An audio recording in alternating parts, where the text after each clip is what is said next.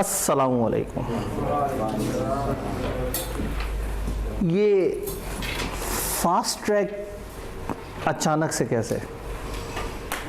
अब तो सब ख़त्म हो गया, दिसंबर भी ख़त्म हो गया, टाइम ही नहीं बचा, तो अब क्या होगा? क्या सीलो फास्ट ट्रैक में किया जा सकता है?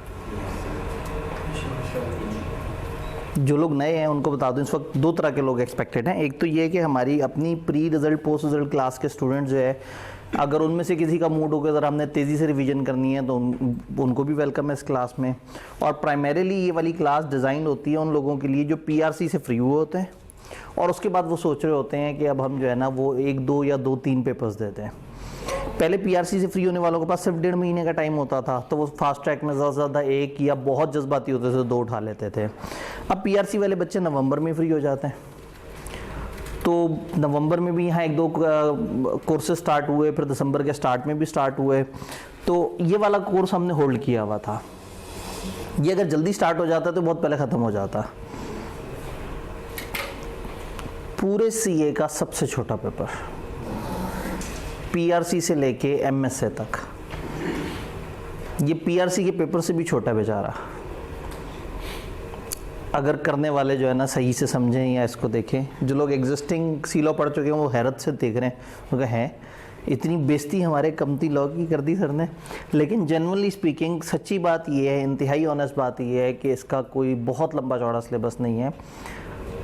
हमने पिछले महीने की 4 तारीख को एक बैच स्टार्ट किया था पोस्ट रिजल्ट,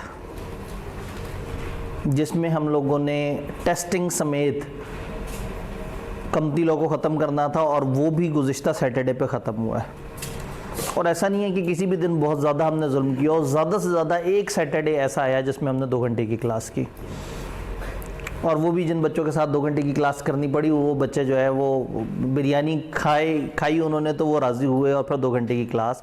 अदरवाइज़ हम 1 घंटे 1.25 घंटे की क्लास जो है वो थ्रू आउट हमारे पैटर्न में थी, और हमने एक मुनासिब टाइम में तकरीबन 9 वीक्स में उसको ख़त्म कर लिया।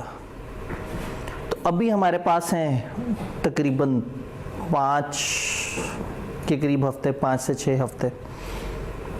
तो 5 हफ्ते is sufficient for that mode जिसमें हम फास्ट ट्रैक के अंदर लॉ पढ़ रहे हैं। तो बेसिकली हम इसे कैफ 7 का पेपर कहते हैं, और जो पीआरसी से आए हुए लोग हैं, पुराने ज़माने में रिस्ट्रिक्शन होती थी कि आप आगे का पेपर नहीं उठा सकते, अब आप कैफ 7 का पेपर उठा सकते हैं। कैफ 7 का जिन्होंने पेपर उठाया हुआ है, अगर तो उन्होंने साथ में कैफ 4 यानी कि बीलो भी उठाया हुआ है, फिर तो बहुत ज़बरदस्त कम्बिनेशन बन जाएगा कि दोनों पेपर दिए, दोनों पास हुए, तो नई स्कीम में जब आप जाएंगे तो वहाँ का एक बड़ा भयानक वाला पेपर ख़त्म हो जाएगा। इस अटैम्प्ट को हम कहते हैं farewell attempt, spring 2025।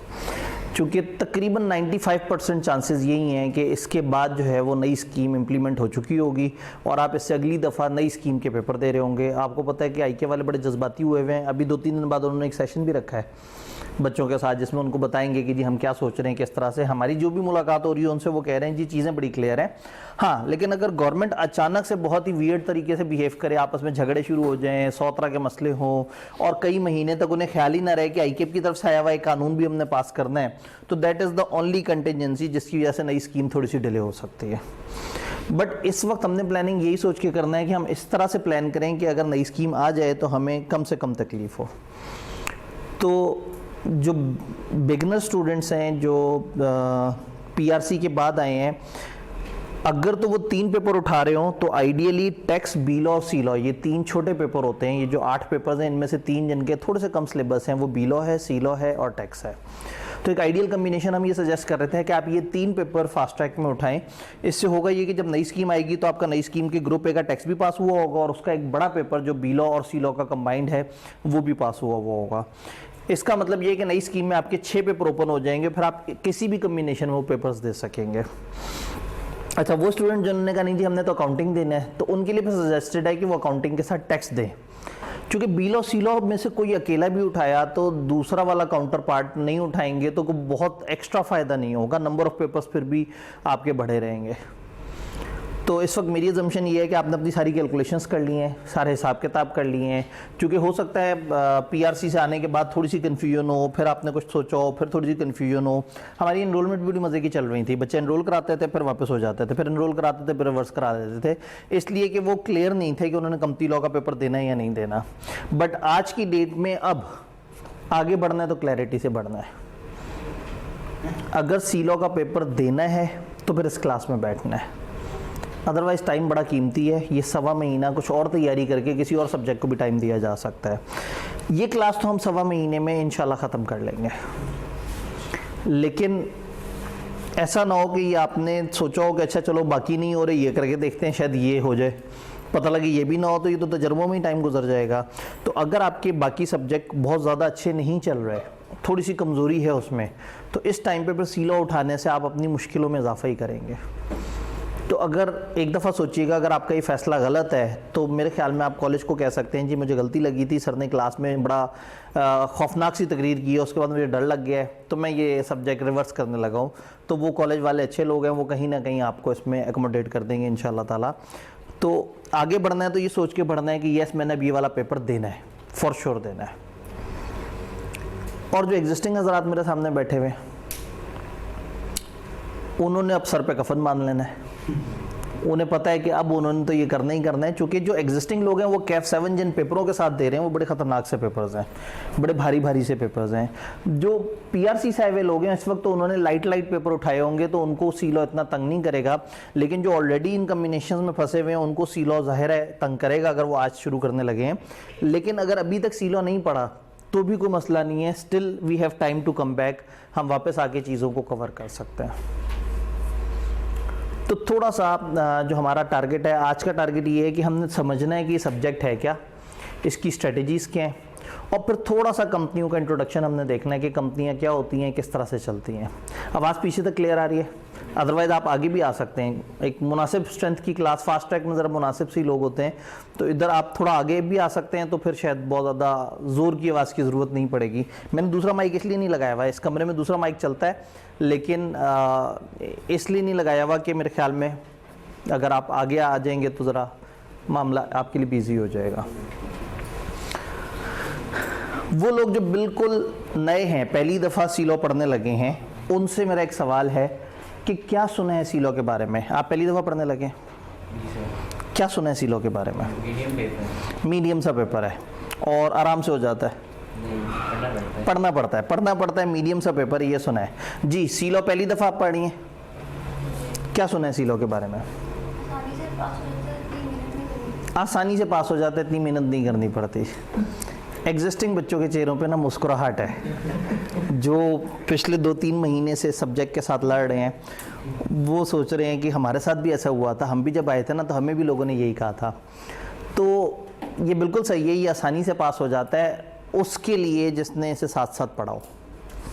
Existing student ने जब जहाँ डंडी मारी, जहाँ थोड़ा सा साइड पे हुए, इस सब्जेक्ट ने उन्हें बहुत ही साइड पे कर दिया।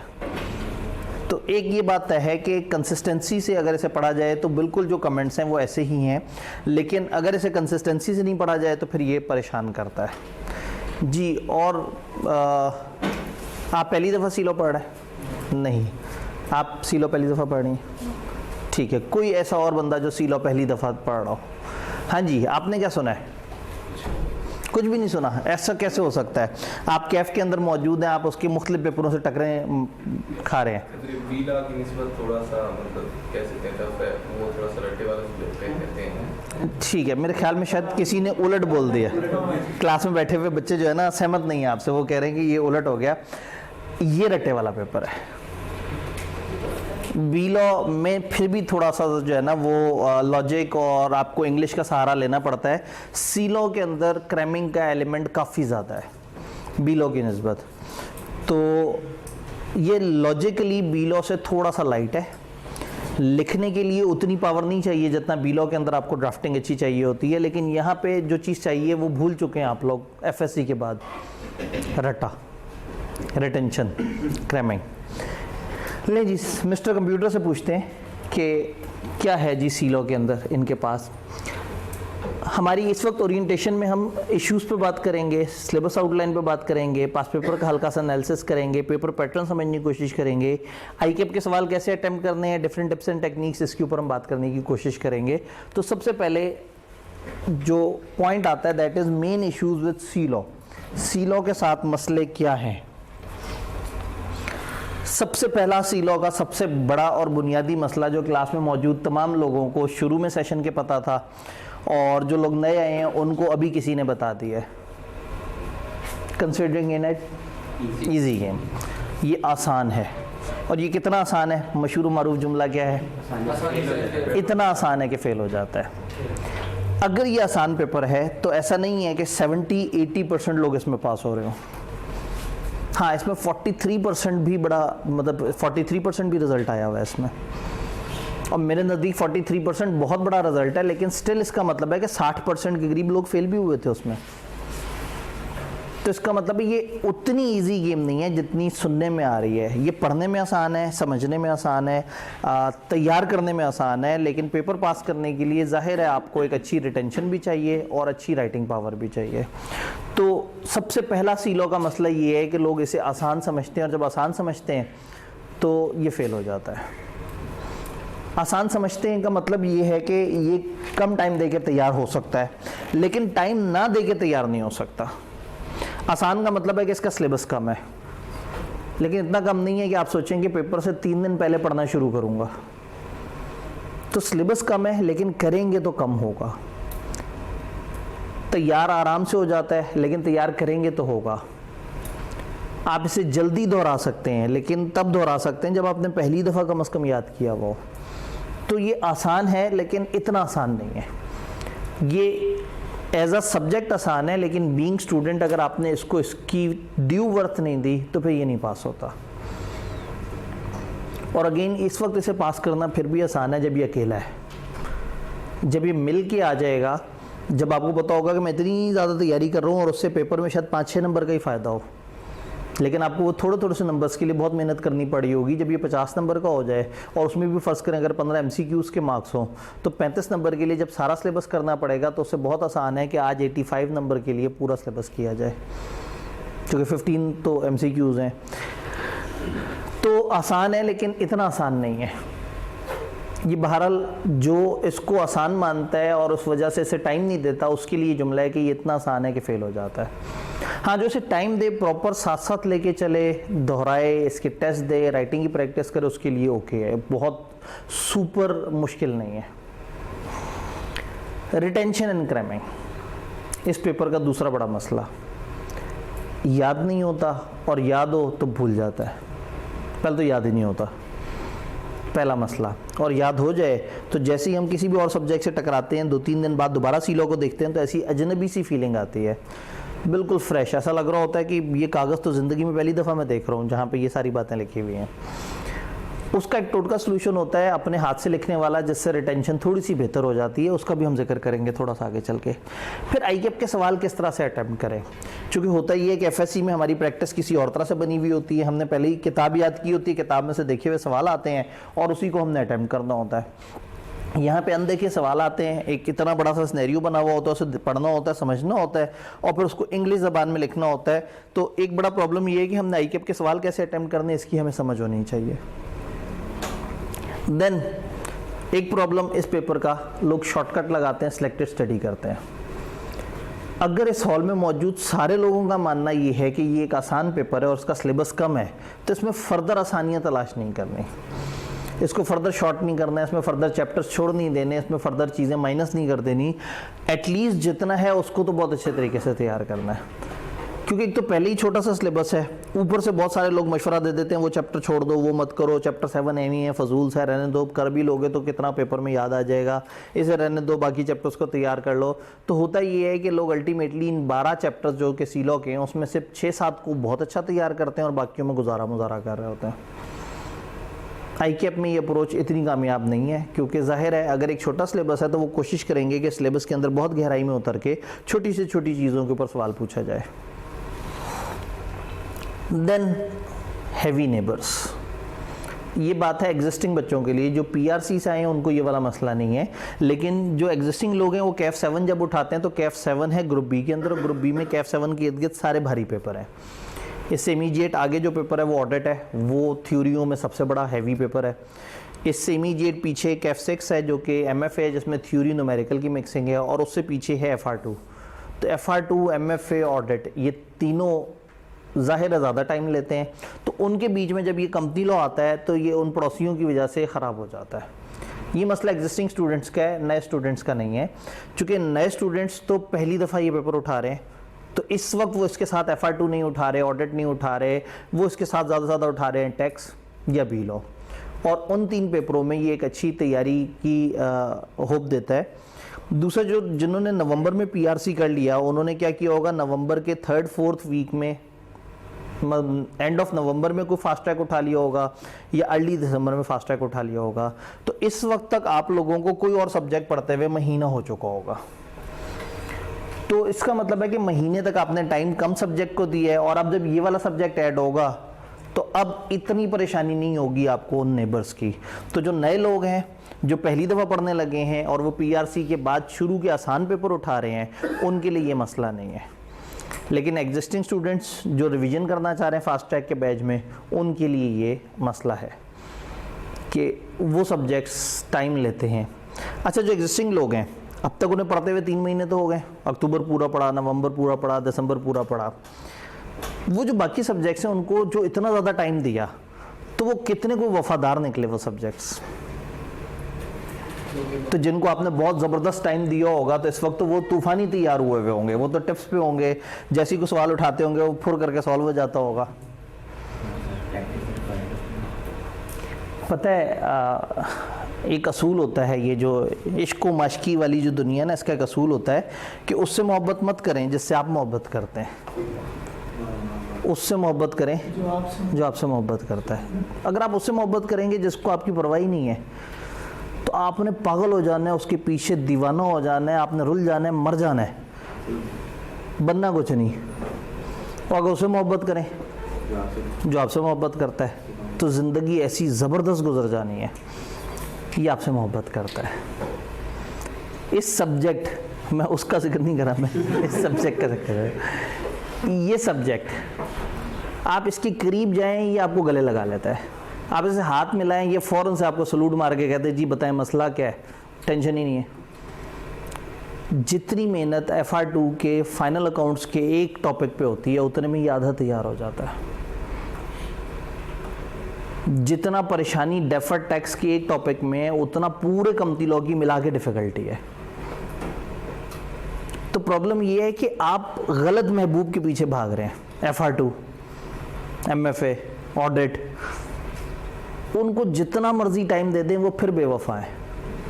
तो सीलो की अच्छी बात ये है कि आप इसकी तरफ आएँ, ये फ़ौरन से आपको वेलकम करता है और आपको कंफर्टेबल फील देता है। तो वो सब्जेक्ट जिसको थोड़ी सी भी मेहनत की जाए पास हो जाए, आप उसे छोड़ के उनके पीछे पड़े हुए हैं जिनको ज़्यादा मेहनत, वो ज़्यादा मेहनत के बाद भी अनसर्टन है, और ये थोड़ी सी तैयारी के बाद भी हौसला दे देता है। अच्छा, मज़े की बात है, इसको पास करने की भी एक पेपर पास होता है और उनको पास करके भी एक पेपर पास होता है, तो नंबर गेम भी बेहतर हो जाती है, हौसला भी आ जाता है। तो इसलिए एक चीज़ जो एग्जिस्टिंग स्टूडेंट्स हैं उन्होंने आज से सब्जेक्ट की इज़्ज़त करनी शुरू कर देनी है। ये 1.25 महीने में भी हो जाएगा, यकीन करें हो जाएगा। अब मेरी अजम्पशन ये है कि आपने पिछले 3 महीने, जो एग्जिस्टिंग स्टूडेंट अगर इस वक्त फास्ट ट्रैक में बैठे हैं तो इसका मतलब है कि उन्होंने पीछे कहीं थोड़ी सी डंडियाँ मारी हैं, या वो चाहते हैं कि थोड़ा सा बेहतर रिवीजन हो जाए। तो पिछले 3 महीने आपने सीलो की निस्बत बाकी सब्जेक्ट्स को अच्छा टाइम दिया होगा। मेरे ख्याल में अब इसकी बारी आ गई है। मैं 6 महीने आपसे नहीं मांग रहा, मैं सिर्फ 1.25 महीना मांग रहा हूँ। 1.25 महीना भी कहने की बात है, 5 हफ्ते इफेक्टिवली तकरीबन जो है ना, कोई हम जिस मंथ में ये 31 का, अगला मंथ भी 31 का है, तो शायद मैं आपसे 2 फरवरी तक का टाइम मांग रहा हूँ, 2 भी नहीं, शायद 1 फेब तक। अगर वो भी मुश्किल लग रहा है, 31 दिसंबर जहन में रख लें। तो क्या 30 दिसंबर से 31 जनवरी तक टाइम दे सकते हैं एक सब्जेक्ट को? बस इतना ही चाहिए बेचारे को। लेकिन मसला है कि इसको इतना भी नहीं मिलता। अगर आज आप इसको टाइम देने के बारे में सोच रहे हैं तो सीरियस हो जाएं और अब इसको वाकई टाइम दें। और जो नए स्टूडेंट हैं उनके पास तो ऑप्शन ही कोई नहीं है, वो अगर सीरियस नहीं होंगे तो उनका ग्रुप ए बी की कहानी सही से अनलॉक नहीं होगी। तो जो नए स्टूडेंट्स हैं उनके लिए तो ये इस वक्त तकरीबन वाजिब हुआ हुआ है। पुराने लोग तो खेलते रहते हैं पेपर्स के साथ, ठीक है, आपने इन लोगों को देख के नहीं वो होना। ये हट्टे कट्टे लोग हैं, ये मुश्किलों के आदी हैं, ये टकरा टकरा के जो है ना ये आदी हो चुके हुए हैं। आप लोगों के लिए भी दुनिया स्टार्ट हुई है, तो आप लोगों ने जो है ना वो इस टाइम पे ये नहीं सोचना कि अगर कोई सीनियर के हाँ ठीक है 2-3 पेपर पढ़ लो, 1-2 पास हो जाते हैं, 1-2 रह जाते हैं, कोई बातें बंदा अगली बार दे देता है। ये कैजुअल एटीट्यूड उनका बन गया होता है, चूँकि वो तकरीबन 3-4 महीने नहीं पढ़ रहे होते और जब आखिरी 2 महीने आते हैं तो वो कहते हैं कि पढ़ाई शुरू करते हैं। जो लोग 1.25 महीने पढ़ रहे हैं उनके पास होने की प्रोबेबिलिटी तो बहुत कम होगी ना उन लोगों की निस्बत जो 5 महीने पढ़ रहे हैं। इंटरेस्टिंगली ऑपोजिट है। हमारा हमेशा सबसे अच्छा फास्ट ट्रैक का रिजल्ट आता है, उससे थोड़ा सा कम अच्छा होता है पोस्ट रिजल्ट का रिजल्ट, और सबसे गंदा रिजल्ट होता है प्री रिजल्ट। जितना टेन्योर होता है ना उतना आहिस्ता आहिस्ता आप सीलों से भाग के और सब्जेक्ट उठाना शुरू कर देते हैं, और जितना कम टाइम में फोकस के साथ इस सब्जेक्ट को पढ़ा जा रहा होता है उतना जल्दी जल्दी आप इसको कवर कर लेते हैं। तो सरप्राइजिंगली सबसे अच्छा रिजल्ट फास्ट ट्रैक का आता है। बल्कि अभी पीछे वो मेरिट की जो वो दो लगे हुए थे, इनमें से एक मेरिट सर्टिफिकेट पोस्ट रिजल्ट के स्टूडेंट का आया था और एक बच्चा जिसने एंड पे क्रैश कोर्स लिया था 12-13 दिन का। तो अगर 12-13 दिन भी सीरियस होकर को पढ़े तो इतना सीरियस होकर पढ़ सकता है वो कि वो मेरिट तक पहुंच जाए। तो सिंपली बस आपकी तरफ से तवज्जो चाहिए जी। सीलो को दिन के कितने घंटे दिए जाएं? अभी अगर आज से पढ़ना शुरू कर रहे हैं तो 1.5 घंटा तो मेरी क्लास है, 6 डेज अ वीक है, और मैंने इसको इस तरह से प्लान किया है कि हमें हफ्ते में हमेशा क्वेश्चन मिल जाए वीकेंड पे रिवीजन का। तो ये 6 days a week inclusive of test है। तो अगर मैं 5 दिन आपसे 1.5 घंटा इन क्लास मांग रहा हूँ तो मैं अदर देन क्लास एक्सपेक्ट करूँगा कि आप घर में 1.5 घंटा इसको दें। ये उन लोगों के लिए जिन्होंने आज पहले दिन पहली दफ़ा पढ़ना स्टार्ट करना है। तो मैं पूरे दिन के सिर्फ 3 घंटे क्यूमुलेटिवली मांग रहा हूँ सिर्फ 1 महीने के लिए, या ज़्यादा रिफाइन करके बोलूँ तो सिर्फ 5 हफ्ते के लिए। इतना टाइम भी इसके लिए काफ़ी है, लेकिन प्रॉब्लम है कि लोग इतना टाइम भी नहीं देते। फिर इतने टाइम का मतलब है इतना टाइम मोबाइल साइड पर रख के, इतना टाइम मोबाइल साइड पे रख दें तो 1.5 घंटा 5 घंटे के बराबर होता है, क्योंकि मोबाइल समेत पढ़ाई 5 घंटे में उतनी होती है जितनी बगैर मोबाइल के 1.5 घंटे में होती है। तो अब वक्त आ गया, अब आप फास्ट ट्रैक में है, आखिरी 2 महीने हैं, तो इस वक्त तो हम सीरियस होकर पढ़ाई शुरू कर सकते हैं। अभी थोड़ा सा आगे चलते हैं, मज़ीद इसमें जो स्ट्रेटजीज़ हैं उसमें देखते हैं कि हमें कितना टाइम देना चाहिए। सिलेबस को थोड़ा सा समझने की कोशिश करते हैं। नए लोगों के लिए भी अहम है और पुरानों के लिए भी अहम है। नयों के लिए इसलिए अहम है कि उन्हें समझ आ जाए कि सिलेबस क्या है, और पुरानों के लिए इसलिए अहम है कि उन्हें अंदाज़ा हो जाए कि हाँ भी कौन कौन सी एरिया पर मुझे कितनी तवज्जो देनी है। 5 पोर्शन में किताब ने सिलेबस को डिवाइड किया हुआ है। ये 15 से 20 नंबर के 3 एरियाज़ हैं और 2 दरमियानी एरियाज़ हैं, एक 20 से 25 नंबर का और एक 20 से 30 नंबर का। अगर मैं इसको थोड़ा सा डिफरेंट तरीके से प्रेजेंट करूं तो ये ग्रेड ए, ग्रेड डी और ग्रेड ई, ये 3 वो ग्रेड्स हैं जो 15 से 20 नंबर की हैं। यानी आईकेएप कहता है कि इस पोर्शन से जो सवाल पूछेंगे वो 15 से 20 नंबर की रेंज के दरमियान होंगे। इसमें 4 चैप्टर्स हैं। किताब में 3 लेंथी चैप्टर्स हैं, जिनमें से पहले 2 और फिर चैप्टर नंबर 3 उस ग्रेड में आता है। ये 3 बड़े चैप्टर्स हैं। बाकी चैप्टर्स अक्सर 4 सफ़े 5 सफ़े ऑन एवरेज ये रेंज है ज़्यादातर चैप्टर्स की। लेकिन जो बड़े चैप्टर्स हैं वो यही है 1, 2 और 3, मतलब तकरीबन 10-10 सफ़े के आसपास के। तो 1, 2 और एक बहुत ही छोटा सा चैप्टर और एक दरमियाना चैप्टर, ये 4 चैप्टर मिला के 15 से 20 नंबर की वेटेज है। फिर अगर हम ये 2 चैप्टर्स की बात करें तो चैप्टर 9 और चैप्टर 11, जिसमें से चैप्टर 9 2 सफ़े का है और चैप्टर 11 5 सफ़े के आसपास का है। इन दोनों की मिला के भी 15 से 20 नंबर की वेटेज है।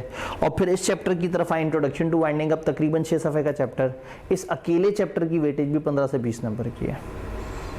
तो यहाँ 4 चैप्टर करने तैयार 15 से 20 नंबर के लिए, यहाँ 2 तैयार करने, और यहाँ तो अब जो सियाना है वो आपको क्या कहेगा, यार ये 4 तो साइड पे कर दो, ज़्यादा से ज़्यादा 15-20 नंबर का नुकसान होगा। पेपर में वैसे भी 15-20-30 नंबर का तो आता ही नहीं है पेपर हमें, तो उसे छोड़ देना, 8 चैप्टर तैयार कर लेना। अच्छा, फिर इधर जाके भी कुछ वो पिक एंड चूज कहता है, वो कहता है इधर से ज़्यादा चैप्टर 10 से सवाल आते हैं, अब 7 को छोड़ देना, इधर से बस वो 4 छोटा सा है, गुजारा मुजारा ऐसे भी रहने देना, और 3 भी लंबा चौड़ा सा है, थोड़ा थोड़ा सा बीच में से तैयार कर लेना काफ़ी है। तो जब इतनी शॉर्टकट स्टडी के साथ चलते हैं तो फिर ये पेपर पास नहीं होता। पेपर ऑलरेडी आसान है, इसको मज़ीद आसान बनाने की हमने कोशिश नहीं करनी है, कि अपने ऑलरेडी काफ़ी आसान बना दिया है। इधर 3 चैप्टर्स की वेटेज 20 से 30 नंबर की है, और यहाँ पे एक बड़ा चैप्टर भी है और एक बड़ा लॉजिकल चैप्टर भी है, और उसके अलावा ये एक एरिया है जिसमें 4-5 सफ़े के 2 चैप्टर्स हैं, और ये मिला के इसकी वेटेज 20 से 25 नंबर की है। तो सिलेबस इस तरह से स्प्रेड हुआ है कि आईकेएफ की ख्वाहिश है कि वो तकरीबन ज़्यादातर चैप्टर्स को टच करे पेपर बनाते वक्त। तो इसमें कोई पिक एंड चूज़ नहीं है, आईकेएफ कभी भी किसी भी थोड़े से कम ज़रूरी चैप्टर में से 15 नंबर का सवाल भी दे सकता है। हो सकता है किसी अटेम्प्ट में एक बहुत सुपर इंपॉर्टेंट चैप्टर बिल्कुल ही छोड़ दियो। ये ग्रेड थोड़ी सी ज़्यादा बेहतर समझ आती है जब हम उसको पास पेपर एनालिसिस के ऊपर प्लेस करते हैं। हमने कहा ये 5 ग्रेड्स हैं, grade A, B, C, D और ई। वेटेज इसकी साथ साथ लिखी हुई है, इतने परसेंट से इतने परसेंट। जब से ये पेपर अलग हुआ है, इससे पहले ये इकट्ठा होता था जिस तरह से अब नई स्कीम में प्लान्ड है, तो उस वक्त सब तक 6 अटैम्प्टें हुई हैं। ये 6 अटैम्प्ट्स का टोटल पास पेपर एनालिसिस है। फॉर एग्जांपल स्प्रिंग 2022 में 18 नंबर के सवाल आए थे इन 4 चैप्टर्स में से, जिसमें इस चैप्टर में से सवाल नहीं पूछा था। इधर 10 नंबर के आए थे, इस चैप्टर से सवाल नहीं पूछा था। तो फिर लोगों ने क्या किया होगा, लोगों ने कहा होगा इस चैप्टर से सवाल आता नहीं, हम ऊपर वाले तैयार कर लेते हैं। तो उन्होंने ऊपर वाले 3 तैयार किए होंगे, तो इस दफ़ा यहाँ से 6.5 नंबर का सवाल आ गया, इन 2 से सवाल नहीं आए। तो कभी यहाँ से सवाल नहीं आया, तो कभी यहाँ से नहीं आया, और उस एक का मतलब है यहाँ से MCQ आया होगा, बाकी सवाल नहीं आया होगा।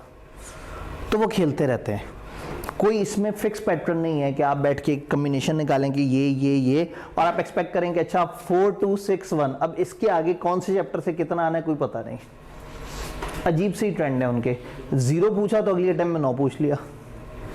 अगर आप इधर देखें तो 10 1 0 6 0 6, अब पता नहीं यहाँ 0 आना है, 1 आना है, या शायद 11 आ जाए। तो इस तरह के तुक्के नहीं लगाने, हमने सारे सिलेबस को तैयार करना है। हाँ, जो बड़े चैप्टर्स हैं उसमें थोड़ी सी देख लेनी है कि कौन कौन सी जगह पे हमें ज़्यादा क्रैमिंग करनी है और कौन सी जगह को हम थोड़ा सा तेज़ी से गुजार सकते हैं। ग्रेड बी 20 से 25 नंबर आईकेएफ ने बोला था, और 24 25 32 24 20। तो यहाँ तक जिन्होंने देखा होगा पास पेपर एनालिसिस, उन्होंने कहा होगा बस आग लगा देनी है, 1/4 पेपर यहाँ से आता है। आग लगा दी, उस दफ़ा 14 नंबर का पेपर पूछ लिया। तो मर्जी है, कभी 32 नंबर, तो वेरिएशन रहती है। लेकिन अगर मैं वेटेड एवरेज निकालूं तो तकरीबन 23% ऑफ द पेपर तकरीबन औसतन यहाँ से आ रहा है। तो हो सकता है कुछ सन्यासी बाबे कहेंगे अच्छा 24 25 ये बड़ा था, फिर बहुत ऊपर गया था, फिर नीचे आया, फिर नीचे आया, फिर नीचे गया, अब अचानक से फिर से बढ़ेगा, या अब शायद अचानक से 30 नंबर का पेपर यहाँ से आ जाए। तो हो सकता है अगली दफ़ा 1 नंबर का सवाल भी यहाँ से, मतलब 1 नंबर 0 तो नहीं कर सकते, तो हो सकता है एक चैप्टर में से बिल्कुल कुछ ना पूछें और एक चैप्टर में से 12 नंबर का सवाल पूछ लें, और कोई पता नहीं इन दोनों से मिला के 30 नंबर के सवाल पूछ लें। तो हमने इस एनालिसिस की बेस पे अंदाज़ा नहीं लगाना कि देखिए ना, कभी अगर 1 होता है तो कभी 10 भी हो जाता है, तो फिर इधर 1 है तो इधर 9 भी और इधर 12 भी है, तो कभी ज़्यादा कभी कम, उनकी अपनी मर्जी है। लेकिन कुछ ऐसे पागल चैप्टर हैं जो हर दफ़ा बहुत ज़्यादा पसंद है उन्हें, तो ये तो समझ ज़रूर आ जाएगा कि कौन से चैप्टर्स को तो बहुत ज़्यादा हमें अच्छी तवज्जो देने की ज़रूरत है। ये वाली ग्रेड 20 से 30 नंबर कहा था उन्होंने, इस दफ़ा यहाँ से नंबर छीन के यहाँ से पूछ लिया, और ये तकरीबन 20 से 30 के बीच में है। ऑन एवरेज यहाँ से तकरीबन 27% बना। फिर जब 15 से 20% बोला था ये एरिया में, तो 22 20 12 16 28 16 अपनी मर्जी है, एवरेज 19% की है। और ये एक अकेला चैप्टर, सबसे महान चैप्टर, 17 18 15 15.5 20 18, इसकी एवरेज भी 17 है। पेपर पास करने के लिए जितने नंबर चाहिए होते हैं उसके 1/3 इस अकेले चैप्टर में कहते हैं, और ये 6 सफ़े का चैप्टर है। टू बी वेरी प्रिसाइज ये 5.5 सफ़े का चैप्टर है। ये कहने को 6 साढ़े 6 सफ़े का है, लेकिन उसके अंदर बीच बीच में मैंने ऐसे बॉक्सेस डाले हुए हैं जो सिलेबस कैसा नहीं है समझाने के लिए। तो इफेक्टिवली 5.5 सफ़े के अंदर 1/3 ऑफ उतने नंबर कह दें जितने पास होने के लिए चाहिए। तो इसके 6 सफ़ों को तो घोल के पी जाना चाहिए, आग लगा देनी चाहिए। तो एग्जिस्टिंग स्टूडेंट्स ने तो ये चैप्टर बहुत अच्छी तरह से तैयार किया हुआ होगा। कुछ ना कुछ उन्हें इस चैप्टर के बारे में गेम समझ आती है कि इन सारे चैप्टर्स में से अगर आप मुझे कहें सर कोई एक ऐसा चैप्टर जिसमें आप कहें कि कंफर्म सवाल आएगा, मैं कहूँगा ये ग्रेड ही एक है ना, चैप्टर ही एक है, और ग्रेड को उन्होंने कुछ ना कुछ तो पूरा करना है, चाहे कम कर लें, 7-8 नंबर के लिए पूछ लें, पूछेंगे तो सही। यहाँ इन 4 में से कभी भी कोई चैप्टर छोड़ दें उनको मना नहीं है, इन 2 में से कोई छोड़ दे उन्हें मना नहीं है। लेकिन जो चैप्टर जहाँ हमें नज़र आ रहा है कि जो अलग से सिलेबस ग्रेड है वहाँ से तो सवाल आना ही आना है। तो होता ये है कि फिर हमने ये नहीं करना होता कि हम सिलेक्टिव स्टडी करें कि ये चैप्टर्स करने और ये चैप्टर्स नहीं करने। हाँ, हम ये कर लेते हैं कि ये चैप्टर्स बहुत अच्छे करने हैं और ये चैप्टर दरमियाने अच्छे करने हैं। अगर इसको थोड़ा सा हम एनालिसिस को रिवाइज करें, सॉर्ट कर लें थोड़े से मार्क्स के हिसाब से, तो ये वो 4 चैप्टर्स हैं जिनमें से सबसे ज़्यादा सवाल आ रहे हैं, 12, 10, 11 और 8। यानी 8 से लेके 12 तक से बीच में 9 मिसेंगे, और अगर आप 9 भी ऐड कर दें तो 9 भी हल्का नहीं है, वो भी 5% है। 61% of the paper on average 4 chapters में से आ रहा है। 61 यहाँ है, यहाँ ज़रा टोटल करने की कोशिश करते हैं, 17 और 13, 30, 30 और 20, 50, 50 और 18, 68। इंतहाई रिसेंट पेपर में 68 नंबर का paper, 2/3 of the paper 4 chapters में से आया है। तो इन 4 चैप्टर्स को तो घोल के पी लेना चाहिए। तो ये 4 ऐसे हैं। अच्छा, इन 4 में इफेक्टिवली ये थोड़ा सा बड़ा चैप्टर है बस, बाकी ये भी 5.5 सफ़े का है, ये 4 सफ़े का चैप्टर है, ये तकरीबन 5-5.5 सफ़े का है, और ये थोड़ा सा बड़ा चैप्टर है। लेकिन इन 4 की क्यूमुलेटिव एवरेज कितनी आ रही है? 61%। तो एग्जिस्टिंग स्टूडेंट्स सिलेबस करते तो जा रहे थे, लेकिन कभी पलट के दोबारा नहीं देखा कि पास पेपर एनालिसिस को देखें कि वहाँ क्या गेम है। अब आपको चैप्टर समझ भी आते हैं जिन्होंने पहले पढ़ा हुआ है, अंदाज़ा भी है कि इनमें से कौन सा चैप्टर कितना टाइम लेता है। तो अब आपको सबसे पहली प्रेफरेंस तो इन 4 चैप्टर्स को दे देनी चाहिए। बहुत तूफानी तैयार करने के बाद आप फिर सर उठा के कहेंगे सर अब बताएं मजीद और किस पे जान मारनी है, तो मैं कहूँगा ये 3 चैप्टर्स मॉडरेटली इंपॉर्टेंट पेपर का 21% तकरीबन इन 3 चैप्टर्स में से आ रहा है, यानी ये उससे आगे की प्रेफरेंस है। और देन फिर हमारे पास ये 5 चैप्टर्स बच जाते हैं जिनमें से तकरीबन 18% ऑफ द पेपर आ रहा है। हर जगह से रहा है, कम से कम भी किसी जगह से अगर आया है तो ये देखिए ना, इधर से बड़े कम सवाल आए हैं। चैप्टर नंबर 2 2 नंबर, 1 नंबर, 0, तो यहाँ तक ना बच्चों ने फैसला कर लिया होगा कि यहाँ से सवाल नहीं आता, इसे छोड़ देते हैं। तो फिर क्या हुआ होगा अगले अटेम्प्ट में? तो इसलिए ना ये काम तो नहीं कर सकते।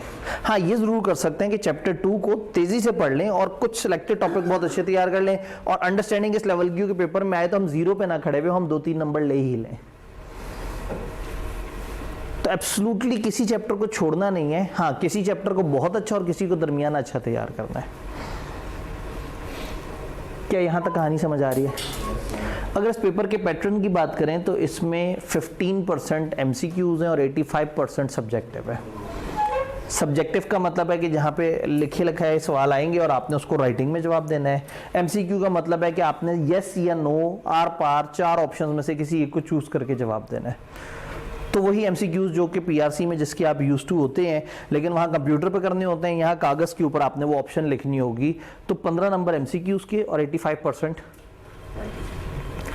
अब ये वो वाले MCQs नहीं है जिस तरह से PRC में होते थे। PRC में आते ही MCQs थे, तो बच्चे क्या करते हैं, बड़ी अच्छी तैयारी करके गए होते हैं MCQs की, फिर कुछ टीचर्स की असाइनमेंट्स होती हैं।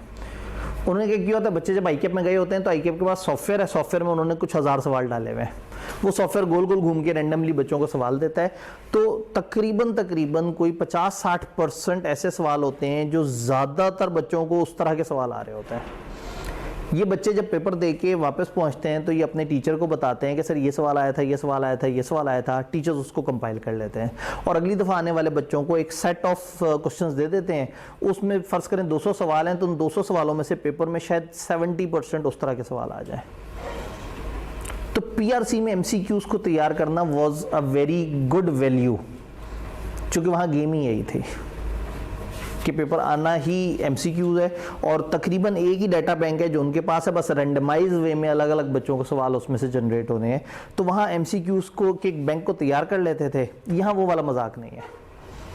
यहाँ हर दफ़ा वो नए सिरे से बैठते हैं और वो तकलीफ देने की कोशिश करते हैं।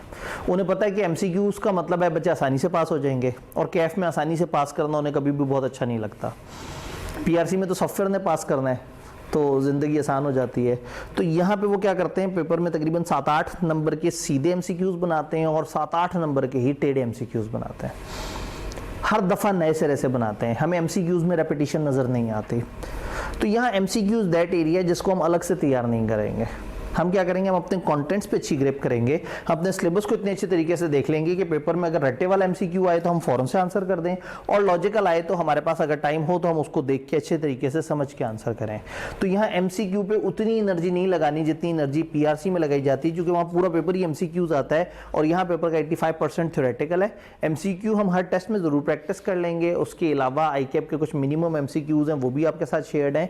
लेकिन मैंने ये देखा है ओवर द ईयर्स के इस पेपर में MCQs को अलग से तैयार करने वाला पेपर मायूस होता है। इस किताब के पिछले वर्जन में हमारे कुछ 850 MCQs होते थे किताब में प्रैक्टिस के लिए, और वो फिर माइनस कर दिए, जो कि बच्चे इतनी मेहनत करके उनको तैयार करते थे और पेपर में फिर नई वैरायटियां सामने आती थी और बच्चों की बहुत एनर्जी उस MCQs को प्रिपेयर करने में लग जाती थी, जो पेपर में जाके तकरीबन बेकार हैं, क्योंकि पेपर में हर दफ़ा नए तरीके से उन्होंने सोचना है।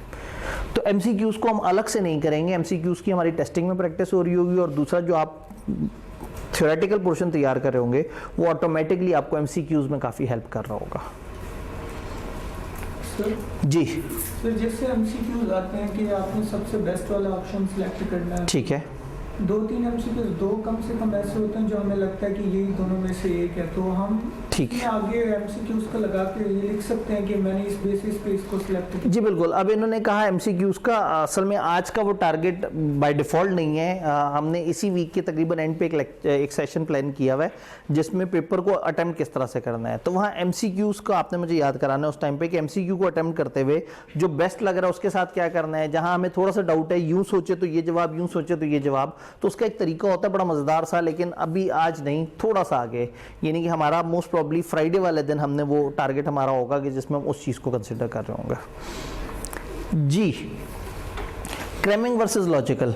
यहाँ तकरीबन ICAP कहता है कि हम नॉलेज बेस 40% पूछते हैं और एप्लीकेशन बेस 60% पूछते हैं, यानी रट्टा 40% पूछते हैं और लॉजिक 60% पूछते हैं। लेकिन इंटरेस्टिंगली वो तकरीबन रट्टा 70% से ज़्यादा पूछ रहे हैं।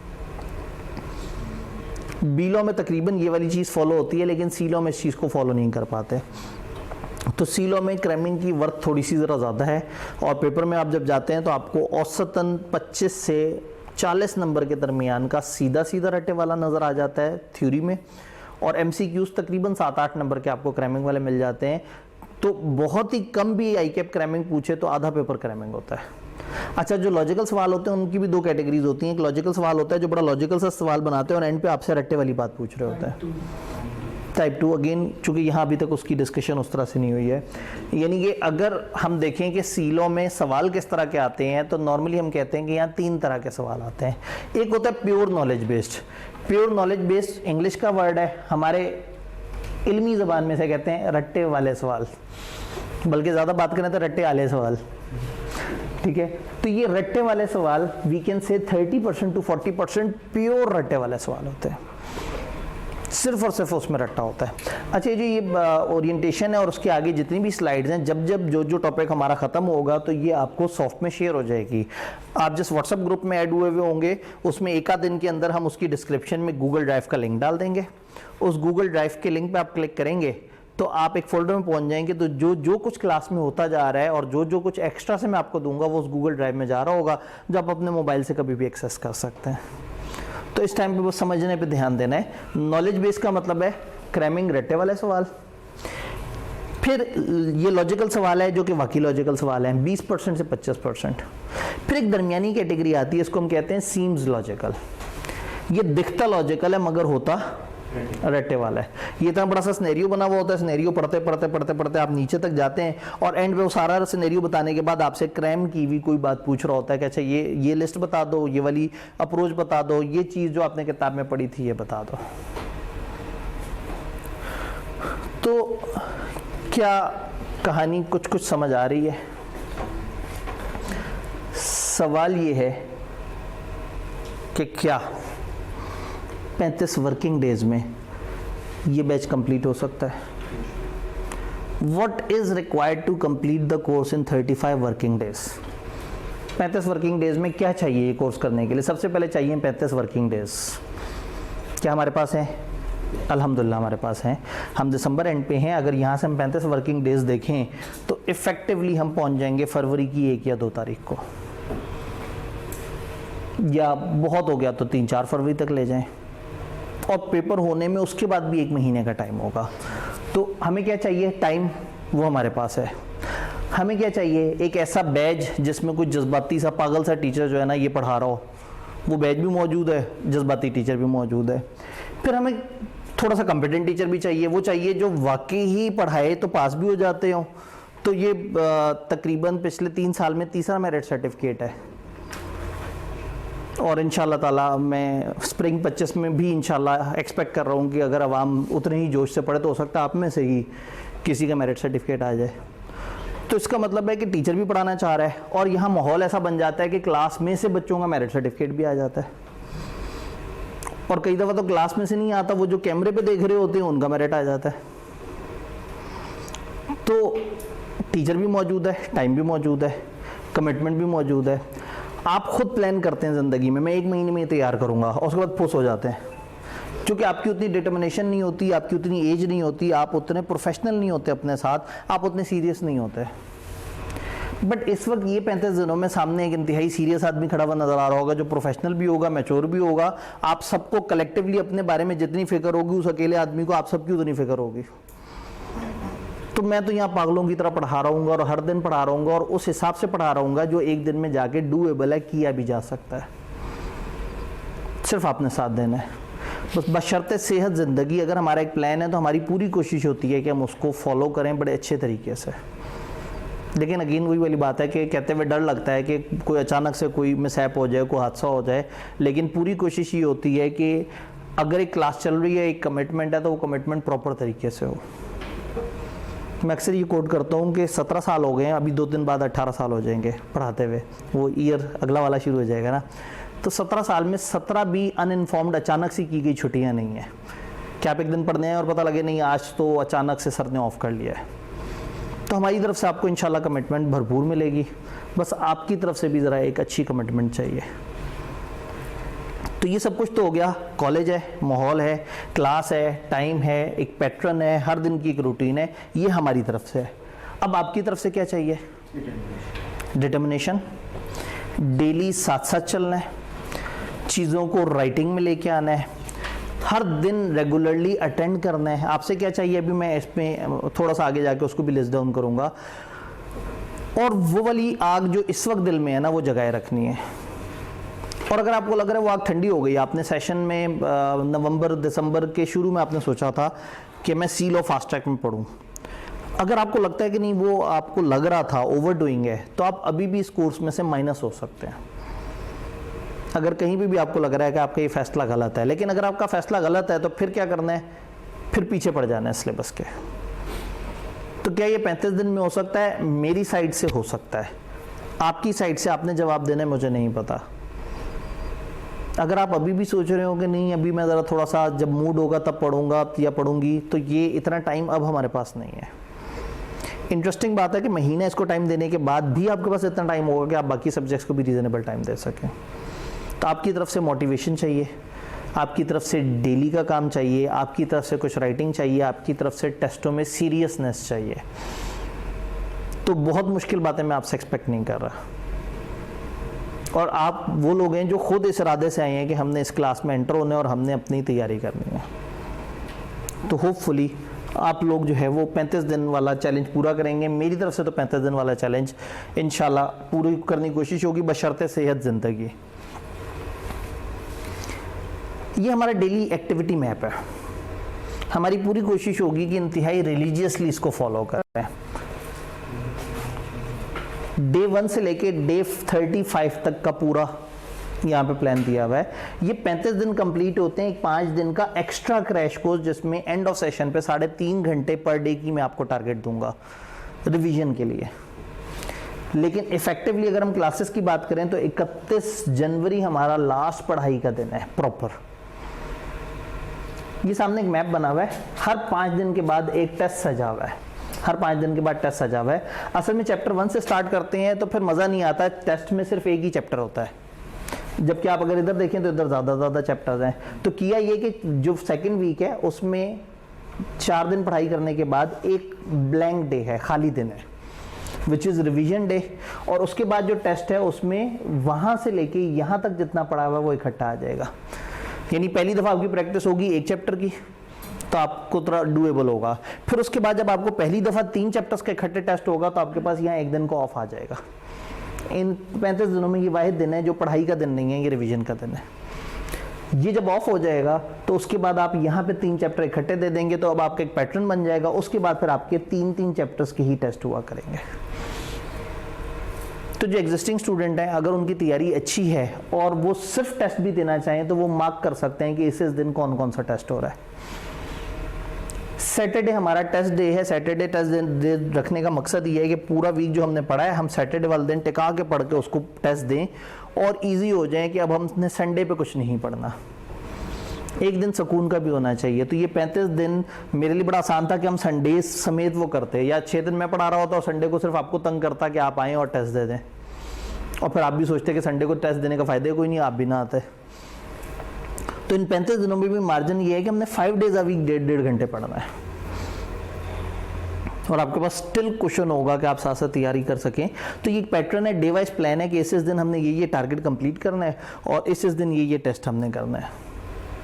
ये एंड ऑफ सेशन के ऊपर 5 डेज क्रैश है। ये डिपेंड करता है उस वक्त तक आपकी हिम्मत हौसले पे। अगर उस वक्त तक क्लास में रही बच्चे 5-6 गए तो इसका मतलब है कि आवाम जो है ना वो आहिस्ता आहिस्ता समझ गई है कि हम ऑनलाइन की तरफ शिफ्ट हो जाएं, हम बस कैमरा रिकॉर्डेड वीडियोस देख लें तो फिर हम उसको रिकॉर्डेड फॉर्म में कर लें, और अगर एंड पे लग रहा हुआ जोश जज्बा और ज़रूरत तो हम इसको फिजिकल में भी कर लेंगे। तो बहरहाल ये इन एनी केस जो भी होगा ये तकरीबन 5 डेज 3.5 घंटे पर डे होगा। यानी कि जो हम लोगों ने 5 हफ्तों में किया वो फिर हम 5 दिनों में करेंगे इंशाल्लाह। एंड देन ये एक्टिविटी ख़त्म होती है, सामने बेचारी स्क्रीन नहीं दिखा सकी। 18 फरवरी को ट्यूसडे को फाइनल मॉक पूरी किताब का, और मॉक के एंड पे मॉक की पूरी डिस्कशन कि इसको कैसे करना था, क्या था इसमें, क्या क्या चीज़ें थी, और जो एंड ऑफ सेशन की एक्टिविटीज़ हैं।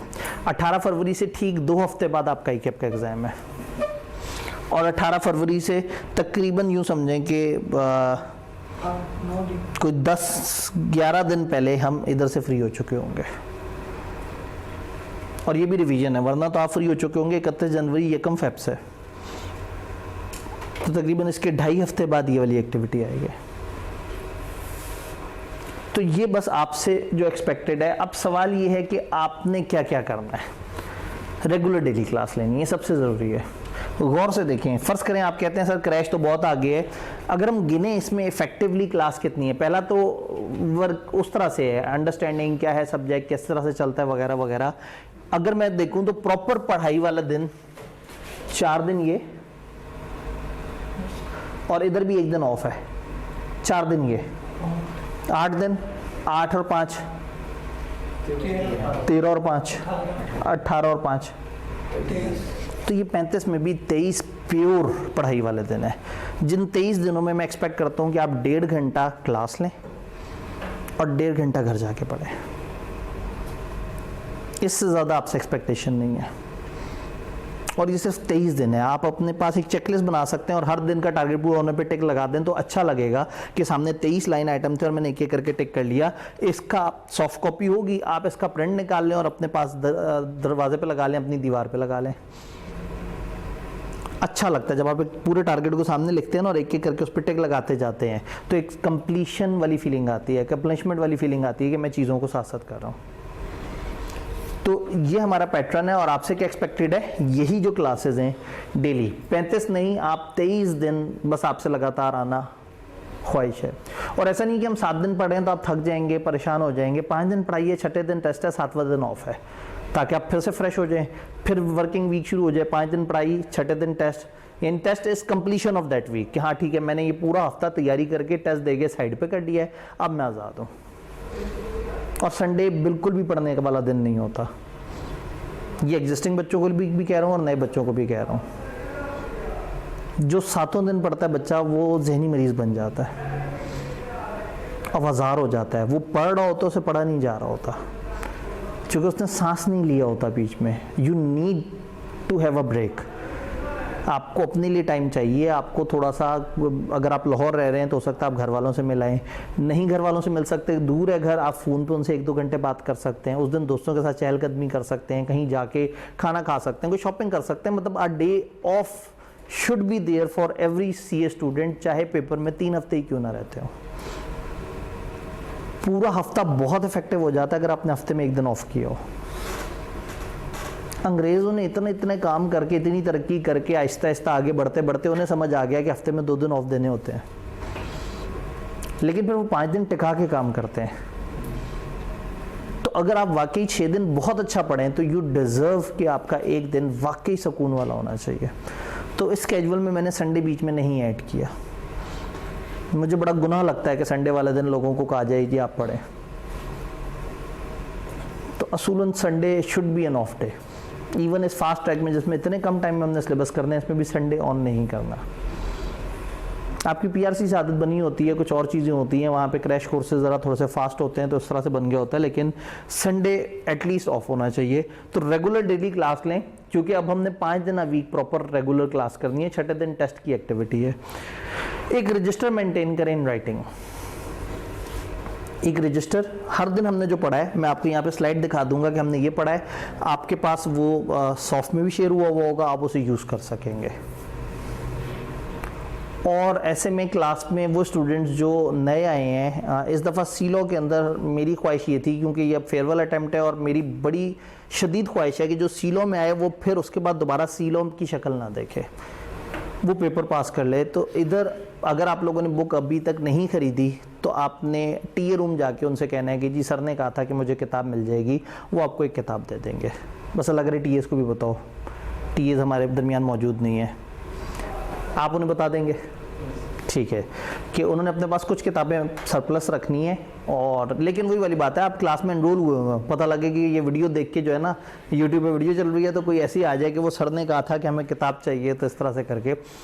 तो बजाय इसके कि आप सोचें कि नहीं अभी 1.25 महीने के लिए क्या किताब लेनी, चलो सॉफ्ट में सर ने नोट्स दिए हुए हैं तो डंडी ना मारें, आप जाके फिजिकल किताब ले सकते हैं, वो कॉलेज की तरफ से आपको गिफ्ट होगा। नॉर्मली प्री रिजल्ट में हम लोग किताबें देते हैं, उसके बाद किसी भी उसमें बैच में नहीं होती, बट कमती लॉ में इस दफ़ा मैंने थोड़ी सी एक्सेप्शन क्रिएट की है। हमने पोस्ट रिजल्ट में भी ऐसा किया और यहाँ पर भी मेरी ख्वाहिश है कि आप लोगों को किताबें हमारी तरफ से मिल जाएँ, उनके लिए जिनके पास किताब नहीं है। अगर है तो फिर खामखा लेने की ज़रूरत नहीं है, चची के रख ली, छोटे भाई के काम आएगा, वो जब CA में आएगा तो इसने आगे वैसे ही सिलेबस ने चेंज हो जाना है। तो एक रजिस्टर इन राइटिंग में आप क्या करेंगे, मेरी किताब सामने रखेंगे, जो हमने उस दिन पढ़ा है वो देखेंगे हमने क्या पढ़ा था, और उसके पास अपने नीट एंड क्लीन करके अपने पास लिखना शुरू कर देंगे। ये बात समझ आ रही है? कहाँ है इतना टाइम आपके पास? कहाँ से निकालेंगे लिखने वाला टाइम? आप जब घर जाके किताब खोलेंगे ना, और जो हमने क्लास में पढ़ा है वही चीज हूबहू वहां नजर आएगी, तो 5 मिनट में तो आप दोहरा लेंगे, क्योंकि हमने एक दिन में कोई 5-7 सफ़े थोड़ी पढ़ जाने हैं। तब बहुत बड़ा लोड उठाएंगे, किसी दिन तो 2.5 सफ़े या 3 सफ़े। और ये भी मैं बहुत बड़ी बात बता रहा हूँ, किसी दिन ऐसा होगा। तो अगर हमने 2.5-3 सफ़े पढ़े हैं और आपने घर जाके सफ़े सामने रखे और उसको लिखा अपने पास रजिस्टर में, तो ये जो 1.5 घंटा मैं बता रहा हूँ, ये बेसिकली इसको इनकॉर्पोरेट करके 1.5 घंटा बता रहा हूँ। आपने रट्टा नहीं मारना हर दिन। लोग क्या करते हैं, डेली ही रट्टा मार रहे होते हैं, डेली ही लिख रहे होते हैं, टाइम ज़्यादा लगता है, फिर उन्हें लगता है कि वो शायद दूसरे सब्जेक्ट के लिए टाइम नहीं निकाल पा रहे। मैं नहीं चाहता कि आप सीलो के साथ ऐसा करें कि आप बाजार होके से छोड़ दें। हर दिन क्लास पढ़ी और घर जाके रजिस्टर सामने रखा, वो किताब सामने रखी और रजिस्टर पर बस नीट एंड क्लीन करके उतार लिया, बस। ज़्यादा से ज़्यादा लिखने के बाद एक दफ़ा अपना लिखा हुआ पढ़ लेना है। ये टोटल एक्टिविटी 1.5 घंटे की है। फिर आपने क्या करना है, फ्राइडे वाला लेक्चर जब आपने घर जाके इसी तरह से रजिस्टर पे उतारा, तो सैटरडे की, अगर आप सुबह जल्दी उठने वाले हैं तो सैटरडे की सुबह से लेके जो टेस्ट वाला टाइम है, दिस इज द टाइम जब आपने बहुत अच्छा रिवाइज करना है। अब अपना रजिस्टर उठाना है और अपने रजिस्टर से दोहराना है, बार बार दोहराना है। तो पूरे हफ्ते में रट्टा मारने के लिए 1 दिन है, दोहराने के लिए 1 दिन है, लिखने के लिए हैं 5 दिन। और अगर आप रात जागने वाले बच्चे हैं तो ठीक है, फ्राइडे का काम ख़त्म करके आपने फ्राइडे और सैटरडे की जो दरमियानी शब है आपने उसमें याद कर लेना है, ताकि सैटरडे को जब आप आएँ तो आपको चीज़ें आती हों। हर दिन अगर रट्टा मारेंगे तो हर दिन मुश्किल में रहेंगे। टाइम नहीं मैनेज होगा। हर दिन लिखना है सिर्फ एक दिन, तो हो सकता है आप सैटरडे का half of the day allocate कर दें सिर्फ सी लॉ को। सैटरडे वाले दिन बाकी सब्जेक्ट्स के ऊपर एक्टिविटी करें second half of the day में, क्योंकि उस दिन आपने अब सी लॉ का तो कुछ नहीं करना होगा और संडे भी ऑफ है।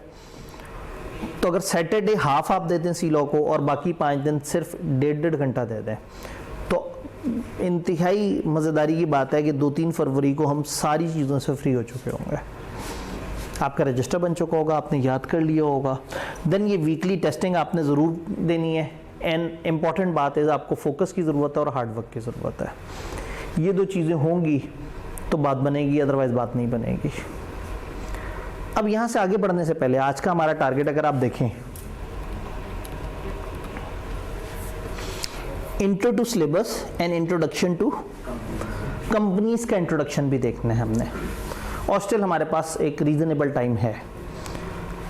तो उस इंट्रोडक्शन देने से पहले अगर आप लोगों का कोई सवाल है, कोई कन्फ्यूजन है, कोई परेशानी है, तो वो आप पूछ सकते हैं, चाहे आप एग्जिस्टिंग स्टूडेंट हो चाहे आप न्यू स्टूडेंट हो। कोई सवाल, कोई परेशानी, कोई कन्फ्यूजन।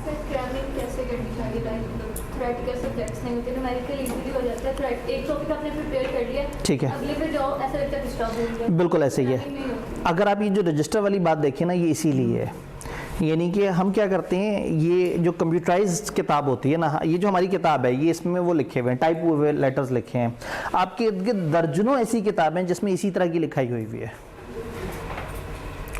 तो फॉर एग्जांपल एक कमरे में आप जाएं और उस कमरे में 150 ब्लू कलर की कुर्सियां पड़ी हों और हर कुर्सी पे कुछ लेटर्स लिखे हुए हों, और एक येलो कलर की कुर्सी और उसके ऊपर लिखा हुआ है ए और वाई। आपने सारी कुर्सियां देखी, हर कुर्सी पे बहुत सारे लेटर है, सारी ब्लू कुर्सियां, सब पे मिलते जुलते लेटर्स लिखे हुए हैं, और एक येलो कुर्सी है जिसपे ए और वाई लिखा हुआ है। शायद 5 दिन बाद भी कोई आपसे पूछेगा कि उस कमरे में जो कुर्सियां थी उस पर क्या लिखा था, आप कहेंगे बाकी तो ब्लू थी, उस पर काफ़ी कुछ लिखा हुआ था, एक कुर्सी का मुझे याद है उस पर ए वाई लिखा हुआ था, येलो कलर की थी। क्यों? वो डिफरेंट है। जब आप सिमिलर ऑब्जेक्ट में एक डिफरेंट चीज़ देखते हैं ना, तो आप उसको जहन में रखते हैं। आपके सामने एक तस्वीर है जिसमें 40 भैंसे हो जिनके बीच में गधा भी हो, तो आपकी आंखें सबसे पहले उस गधे पे जाएंगी कि ये गधा भैंसों के बीच में क्या कर रहा है। इसलिए नहीं कि गधा यूनिक ऑब्जेक्ट है, इसलिए कि भैंसों के दरमियान गधा यूनिक ऑब्जेक्ट है। अगर इसी तस्वीर में 40 गधे होते और एक भैंस होती तो भी नोट क्या होता? भैंस। तो आपके इर्द गिर्द इतने सारे ये जो किताबें हैं, अब मैं ऐसे गधे तो नहीं कहूँगा, इतने सारे एक जैसे ऑब्जेक्ट्स हैं।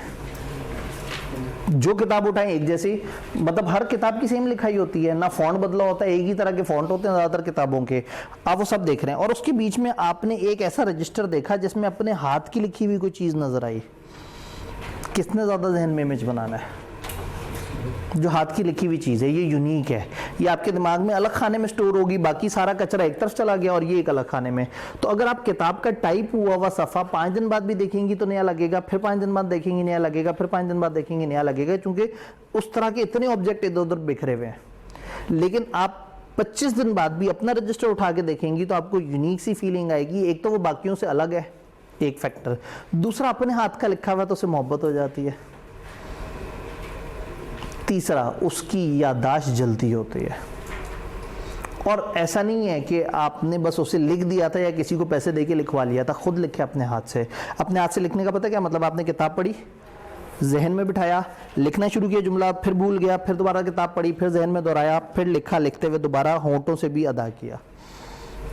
एक जुमले पे 6 दफ़ा आपने दिमाग को टाइम दिया। और वैसे सीलो कैसे पढ़ा जाता है? आप नींद दराज होके, नींद दराज समझते हैं? बैठने और लेटने के दरमियान का जो पोज, जिसमें आप इनिशियली बैठे होते हैं लेकिन फिर पीछे एक तकिया नाकाफी होता है, आप 2 तकिए करते हैं और आहिस्ता आहिस्ता आहिस्ता एक तकिया फिसलता चला जाता है, दूसरा और नीचे होता चला जाता है, और आप जो है वो 90 डिग्री से 70 डिग्री, 60 डिग्री, 45 डिग्री, 15 डिग्री पे आ जाते हैं। और तकरीबन आखिरी पोज ये होता है कि आप किताब यूं करके देख रहे होते हैं, और थोड़ी देर बाद नाक पे जोर से चोट लगती है क्योंकि वो किताब गिर गई होती है मुंह पे और आपको नींद आ चुकी होती है। इस पढ़ाई की वजह से सीलो दिमाग में नहीं बैठता। पहली खुश्क चीज़ है, थ्योरी है, ऊपर से आप जनाब इसको बहुत ही रिलैक्स होके, ये लिखने वाले से क्या होगा, इसमें अकाउंटिंग का वो आ जाएगी, रूह आ जाएगी। अकाउंटिंग क्यों हो जाती है? समझ तो ना थ्योरी आती है ना अकाउंटिंग आती है, लेकिन अकाउंटिंग आप करते रहते हैं, हाथ चलता रहता है, आप एक्टिव रहते हैं, 1.5-2 घंटे बाद पता लगता है सवाल गलत हो गया, लेकिन कम से कम आप एक्टिव तो रहे थे। सीलो में किताब को खोलते साथ ही फिल्में जहन में आना शुरू हो जाती हैं। किताब खोलें, ये बहुत बड़ा चैलेंज है। 15 मिनट तक कोई फोकस से सीलो की किताब पढ़ के दिखा दे, बहुत इम्पॉसिबल बात है। इस डिस्टॉर्शन की एरा में ये बहुत इम्पॉसिबल बात कर रहा हूँ। 15 मिनट लगातार सीलो की किताब खोलेंगे, पता नहीं चैंपियंस ट्रॉफी तक मेरी कितनी सिलेबस कवरेज हुई होगी, पता नहीं मैच देख सकूंगा या नहीं। फिर जनाब आप अगले सफर पहुंचेंगे, सीए ख़त्म होने वाला है, सीए का तो सुना स्कोप ही ख़त्म हो गया है। फिर थोड़ा सा नीचे आएंगे, ग्रुप में किसी ने डिस्क्वालिफिकेशन का लिखा था, कहीं मैं तो नहीं डिस्क्वालीफाई हो जाऊंगा अचानक से। इतनी डिस्टॉर्शन है, इतना सोशल मीडिया है, इतना कचरा है आपके दिमाग में हर वक्त कि आप किताब पे नहीं फोकस कर सकते। तो मैं आपको घर जाके लिखने का इसलिए कह रहा हूँ कि कम से कम इस बहाने पढ़ लें, वरना घर जाके एक दफ़ा पढ़ना भी आसान नहीं है। आपने देखना, आपने कहना देखी देखी बात लग रही है, सर ने यही बातें की थी, बंद। साइड पे मोबाइल उठाया, चूँकि उस दिन की 350 रीलों में से अभी आपकी 250 रहती हैं, वो टारगेट भी तो पूरा करना है ना। आपको डेली एक अवार्ड मिलना होता है कि इस बच्चे ने आज कितना टाइम बर्बाद करने की कोशिश की। अब उस जंग में भी तो जाना है, तो कम से कम जब आप लिख रहे होंगे ना, तो फिर ये रीलें नहीं आएंगी बीच में। तो सिर्फ 1.5 घंटा मैक्स आपने घर जाके लिखना है, और मैं मैक्सिमम बोल रहा हूँ, हो सकता है किसी दिन आप 1 घंटे बाद फारिग हो जाएं, फिर ठीक है, घूमे फिरें, यशी करें। तो आपने कहा रिटेंशन नहीं होती, तो उसका यही हल है कि जब आप अपने हैंड राइटिंग में लिखते हैं तो उस वक्त आपने जितने फोकस से सादा पढ़ा था, इस वक्त वो फोकस भी बढ़ गया, लिखते हुए कुछ जहन में रह गया। जब आप लिखने के बाद एक दफ़ा उसको आंखों से दोहराएंगे तो विदिन 5 मिनट्स आप पूरे को दोहरा भी लेंगे, और आप हैरान होंगे कि जो 1.5 घंटे में हमने पढ़ा था, 1.5 घंटे में लिखा है, वो 5 मिनट में मेरा दोहराया गया। अगली दफ़ा 5 दिन बाद जब इसे उठाएंगे तो ये इतना एलियन फील नहीं देगा, और इससे याद भी जल्दी होगा और रहेगा भी देर तक। यानी कि याद कम टाइम में होगा, और जब हो जाएगा तो उसकी ड्यूरेशन भी ज़्यादा रहेगी। तो ये लिखने वाला तजर्बा सीलो में करने से काफ़ी बेहतर हो जाता है। बट स्टिल ज़ाहिर है, जैसे जैसे आगे बढ़ेंगी चीज़ें मुश्किल होंगी, तो कोई बात नहीं, हम दोहराने का इंटरवल भी बढ़ा देंगे। अब ये देखें ना, ये जो हमारे जो रिवीजन वाले 5 दिन है, आप कहते हैं ठीक है जी मैंने नहीं सर की क्लासेस दोबारा सुननी, बहुत सुन लिया। 5 दिन अब मैंने टारगेट दिया होगा, इस दिन ये चैप्टर, ये 3 चैप्टर, इस दिन ये चैप्टर, ये चैप्टर, ये चैप्टर, आपने वो चैप्टर उठाने अपनी किताब से दोहराने, तो 3.5 घंटे बहुत है, आप उससे कम में सारा दोहरा लेंगे। तो इसको 2 से 3 दफ़ा उसकी रिवीजन भी अच्छी तरीके से करनी है। और फरवरी का तो मैं टारगेट ही नहीं बता रहा, फरवरी तो आपका अपना है, आप कभी ना कभी तो बीच में दिल करेगा कि सीलो को उठाएं और थोड़ा सा इसको रिवाइज कर लें। डन? कोई सवाल मजीद पढ़ाई शुरू करने से पहले? अगर हम रजिस्टर पे लिखेंगे तो जैसे वो के अंदर थोड़ा शॉर्ट में एक सफ़े पे आता है, ठीक है, रजिस्टर के 2-3 सवाल की मैक्सिमम कुछ दिन बाद चले जाते हैं, ठीक हो गया, सही है। तो फिर वैसे लगता है ज़्यादा हो गया काम। ठीक है, इन्होंने कहा क्योंकि किताब में शॉर्ट करके लिखा होता है, जब हम रजिस्टर पे लिखते हैं तो हमारी हैंड राइटिंग होती है, तो ऐसा लगता है कि ज़रा ज़्यादा फैल गया। ये उन लोगों को प्रॉब्लम आता है जो बहुत खुला लिखते हैं। रजिस्टर आइडियली किताब साइज का नहीं होना चाहिए, बड़ा होना चाहिए, और थोड़ा सा चौड़ाई में ज़्यादा होना चाहिए। अकाउंटिंग में क्या होता है, हमें यूँ चलना होता है, तो हम थोड़े से कम चौड़ाई वाले रजिस्टर से भी काम चला लेते हैं। थ्योरी के अंदर कोशिश ये करें कि ये इसका एक स्पेसिफिक रजिस्टर लें जो बुक शॉप पे जाके दें, लेके देखें जिसकी चौड़ाई थोड़ी सी बाकियों से ज़्यादा हो, लाइनें थोड़ी सी बारीक हों, उर्दू वाली लाइन्स ना हो, इंग्लिश वाली लाइन्स हो। तो आप ऑटोमेटिकली जो आप कह रहे हैं कि एक सफ़ा किताब का मेरे 3 सफ़े पे चला जाएगा, ये 2 काम करने से वो 2 सफ़े तक चला जाएगा। और कुछ लोगों को वैसी बारीक लिखने की आदत होती है तो उनका 1.5 सफ़ा बन जाएगा। लेकिन अगर किताब का एक सफ़ा आपके 2 सफ़े के बराबर है तो किताब में कुछ 73-74 सफ़े हैं, तो ये आपके बन जाएंगे 150 सफ़े। हो सकता है कुछ जगह आप चाहें कि मैं पूरा ना लिखूं, मैं यहाँ हिंट्स लिख लूँ, वो भी काम चल सकता है। लेकिन अगर एक दफ़ा ये आदत बन गई तो फिर क्या होगा, आपने सिर्फ हिंट्स ही लिखे हुए होंगे, फिर आपकी दोहराई उस तरह से नहीं हो रही होगी। तो कोई बात नहीं है, आपने अगर 150 सफ़े पे सीलो लिख लिया, फाइनल अकाउंट्स का एक सवाल कितने सफ़े पे जाता है? 3 सफ़े में ख़त्म हो जाता है फाइनल अकाउंट का सवाल। 2 सफ़े पे तो सिर्फ फाइनेंशियल पोजीशन और कम्प्रिहेंसिव इनकम ही आती है, एक सफ़े पे सारे डिस्क्लोजर डाल देते हैं आप लोग। तो खुदा का खौफ करें, 5-6 सफ़े पे जा रहा होता है। चलो आप कहते नहीं मैं सर बहुत इफेक्टिव हूँ, मैं 5 सफ़े में ख़त्म कर लेता हूँ, 6-7 तक नहीं जाता। फाइनल काउंट के कितने सवाल करते हैं आप अक्सर प्रैक्टिस के लिए? पेपर वाले दिन तक टीचर के साथ 5-6 करते हैं, होमवर्क के तौर पे 3-4 करते हैं, पास पेपर की प्रैक्टिस के वक्त करते हैं, छुट्टियों में रिवीजन के वक्त करते हैं। 20 सवाल करते हैं आप औसतन, और एक सवाल 5 सफ़े खा रहा है, तो 100 सफ़े तो आपने FR2 की एक टॉपिक की राइटिंग पे लगाए हैं। तो कोई बात नहीं, अगर ये बेचारा 150 सफ़े ले रहा है तो इसका हक है, लेकिन वो फील आएगी कि हाँ भाई ये ज़रा ज़्यादा बड़ा हो गया। एक पतला रजिस्टर जिसमें हो ही कोई 70 से 80 वर्के, जिसके आगे पीछे करके आपने लिखना है, तो उस रजिस्टर को उठा के अच्छी सी फीलिंग आएगी, किताब से बेहतर फीलिंग आएगी। इस किताब में पास पेपर्स भी हैं, सोल्यूशन भी है, बाकी सब कुछ भी है। आपका रजिस्टर इस किताब से कम मोटा होगा। तो साइकोलॉजिकल अगर फील लेनी है तो ज़ाहिर है फिर आप राइटिंग थोड़ी सी छोटी लिख लें, लेकिन अपने नेचर स्टाइल को मत चेंज करें। रजिस्टर अगर ज़्यादा बड़ा बन रहा है तो कोई मसला नहीं, बस ज़रा थोड़ा सा ऐसा रजिस्टर लें जो डेडिकेटेड हो सीलो के लिए, और जिसकी चौड़ाई ज़्यादा हो, और जिसके अंदर जो वो हैं लाइंस हैं वो उर्दू वाली ना हो, इंग्लिश वाली हो, जो कि पेपर में भी आपने छोटी लाइंस के बीच में लिखना है। तो ये करके देखें तो वो ऑटोमेटिकली रजिस्टर थोड़ा छोटा हो जाएगा। आई स्ट्रांगली बिलीव विद औसत राइटिंग स्टाइल ये 125 सफ़ों की कहानी है जो मैक्सिमम इस तरह से। समटाइम क्या होता है, आप एंड पे ना आके आवाज़ार हो जाते हैं, कहते हैं यार आखिरी चैप्टर रह गया, चलो ये सिलेक्टेड लिख लूँगा। अगर उस वक्त भी आप हिम्मत कर लें और पूरा लिख लें तो बहुत अच्छी बात है जी। पढ़ाई स्टार्ट होने से पहले का कोई सवाल? स्केड्यूल समझ आया?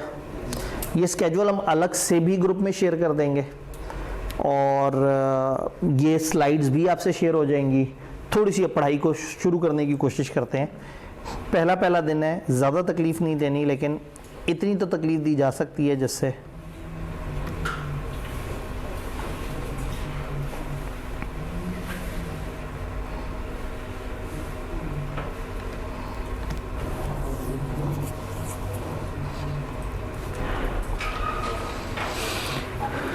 लें जी। अगर मेरी मजबूरी ना हो तो मैं चैप्टर 1 और 2 सब सेंड पे कराऊँ, क्योंकि इस पे मेहनत बहुत ज़्यादा है और ICAP इसको उतनी वेटेज नहीं देता। जबकि इस पे अब आप ये देखेंगे तो पहले हमारे तकरीबन 2 वीक्स का मेजॉरिटी पोर्शन 1 और 2 पे लग जाएगा, लेकिन 1 और 2 की बेस बनी होती है तो फिर अगले चैप्टर हमारे लिए इजी हो जाते हैं। अगर वो बेस ना बनी हो तो अगले चैप्टर में हम हर वक्त ये पूछते रह जाते हैं कि ये आर्टिकल्स किसे कहते हैं, ये स्पेशल रेजोल्यूशन क्या भला है। तो ये चूँकि बेस वाले चैप्टर्स हैं तो ये टाइम ज़्यादा लेते हैं, लेकिन ये इफ़ेक्टिवली उतना बड़ी कवरेज नहीं कराते जितने आगे वाले चैप्टर्स कराते हैं। तो मजबूरन हमें इसको स्टार्ट करना पड़ता है। कंपनी और इनकॉर्पोरेशन का इंट्रोडक्शन, कंपनी किसे कहते हैं, क्या होता है, कैसे काम करती है। तो टिपिकली जब कम टाइम में समझाना होता है तो मेरे पास एक डायग्राम होती है जो कि किसी ज़माने में किसी ऑनलाइन क्लास में बैठ के जो है वो उस पर एक स्लाइड पे बनाई हुई थी। 5 लोगों ने मिलकर ये डिसाइड किया कि हम एक कंपनी स्टार्ट करेंगे।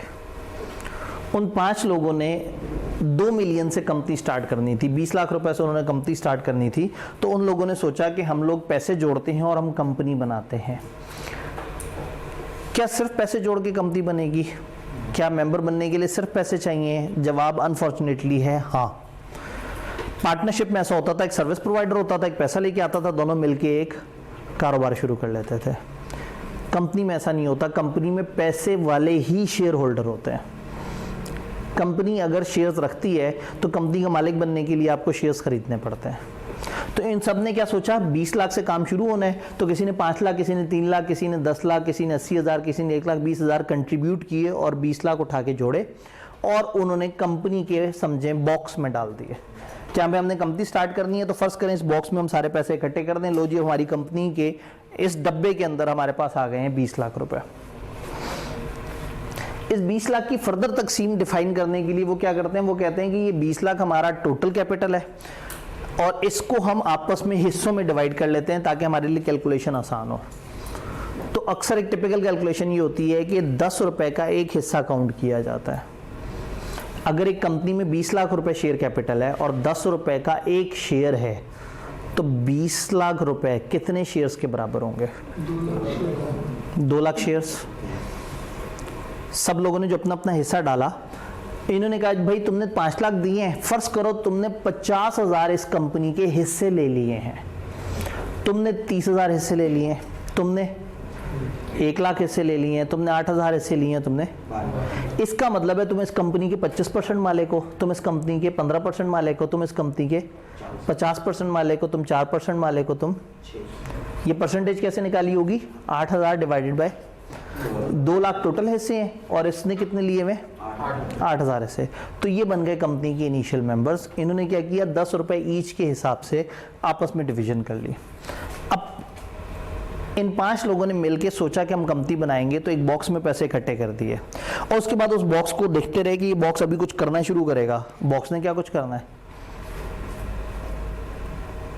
इस बॉक्स को आपने नाम तो कंपनी का दे दिया, लेकिन ये बॉक्स खुद थोड़ी चलेगा। कुछ इंसान चाहिए जो इस बॉक्स में से पैसे निकालेंगे, कारोबार करेंगे और जो उधर से नफा आएगा वो दोबारा इस बॉक्स में डाल देंगे। तो अब इनको ये बॉक्स यानी कि कंपनी चलाने के लिए कुछ लोग चाहिए। तो ये जो मेंबर्स हैं, हो सकता है इनमें से कुछ लोग आ जाएं और हो सकता है कुछ और लोगों को मार्केट से बुला लें कि यार हमसे तनख्वाह ले लो और हमारा ये काम शुरू कर दो। ये लोग तनख्वाह कहाँ से देंगे?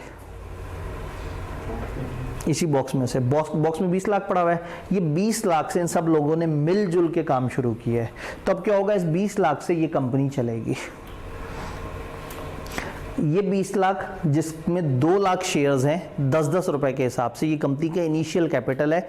और सादा बिजनेस में कैपिटल कहते हैं उस अमाउंट को जो ओनर शुरू में बिजनेस में लेके आया।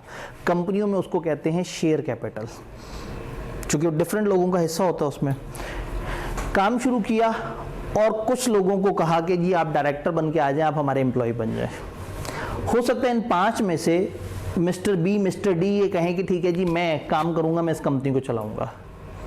तो बी को हमने कहा कि हाँ ठीक है, तुम जरा ज़्यादा मेहनत कर रहे हो, और डी ने थोड़ा सा कम मेहनत की। इनकी तनख्वाहें फिक्स कर दी 20,000 पर मंथ और 15,000 पर मंथ। तो इसका मतलब 5 लोगों ने मिलकर कंपनी बनाई है। वो सारे हिस्सेदार हैं, लेकिन उनमें से 2 लोग काम भी कर रहे हैं, बी और। इसका मतलब ए घर बैठा हुआ है, सी घर बैठा हुआ है, ई घर बैठा हुआ है। इसने शुरू में डब्बे में पैसे डाले और अब घर जाके सुकून से बैठ गए हैं। अब ये रिलैक्स हैं, इजी हैं, अब इन्हें कोई दिक्कत नहीं है। और मेहनत कौन कर रहा है? तो बी और डी जो मेहनत कर रहे हैं उसका इजाफी भी उन्हें कुछ मिल रहा है, उनको सैलरीज मिल रही है। हुआ ये कि बी और डी ने मेहनत की, अपने नीचे कुछ एम्प्लॉइज वगैरह को रखा और कंपनी का निज़ाम इस 20 लाख रुपए से चलाना शुरू किया।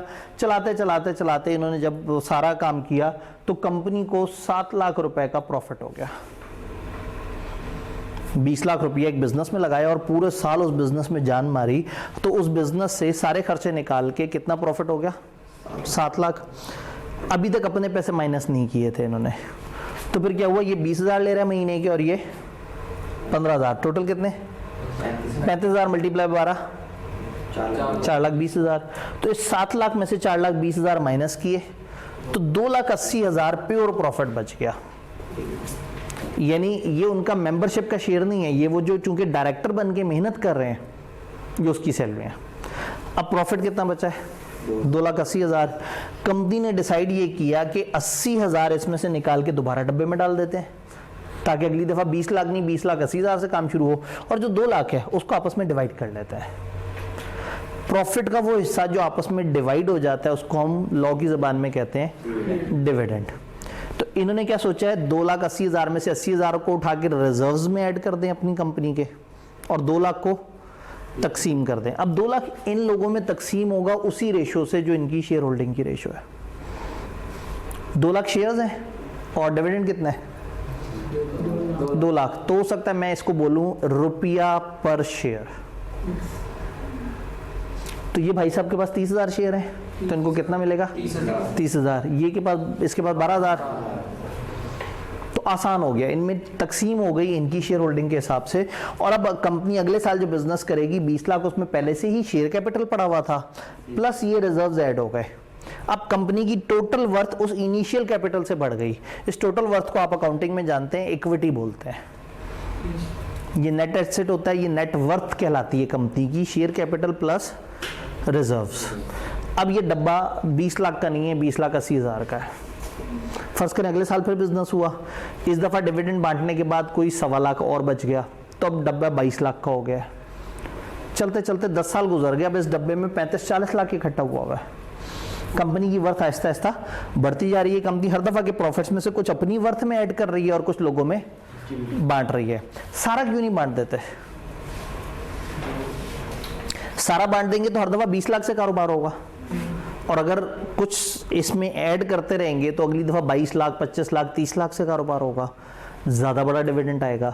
तो अब ना शेयर होल्डर्स ने बैठ के सोचना होता है कि उन्होंने सारा प्रॉफिट खा जाना है या कुछ प्रॉफिट निकाल लेना है और कुछ प्रॉफिट को री इन्वेस्ट कर देना है। जिस प्रॉफिट को वो री इन्वेस्ट कर देते हैं उसे रिजर्व्स कहते हैं।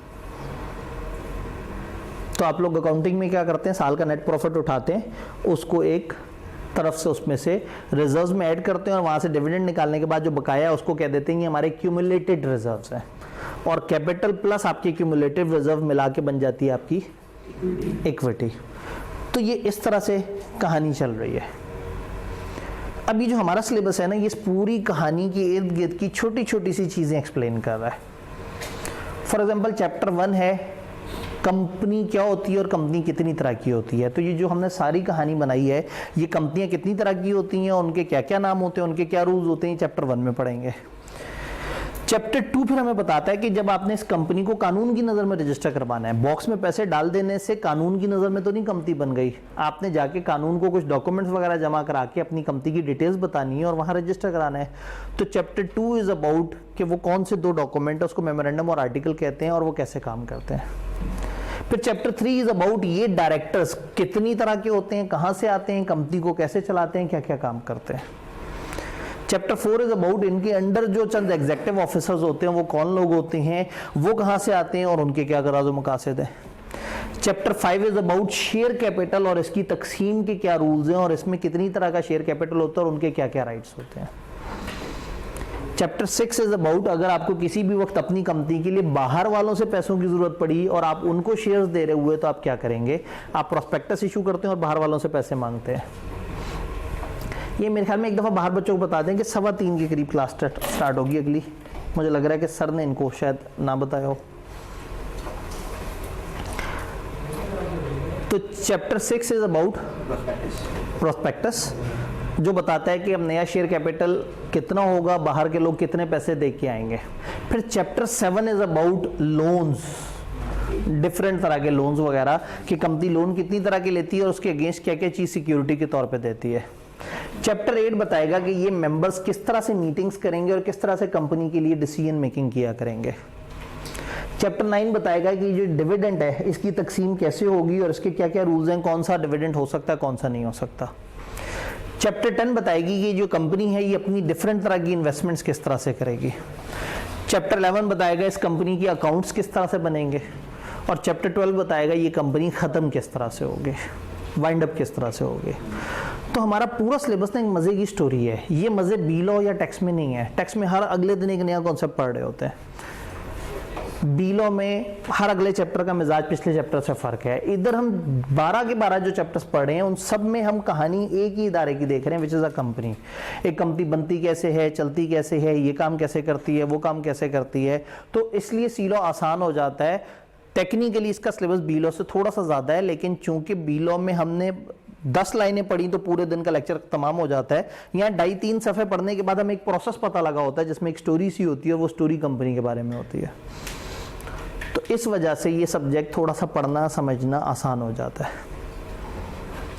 अब यहाँ ख़ास बात ये है कि कंपनियों में और बाकी बिजनेसेस में कुछ फ़र्क है।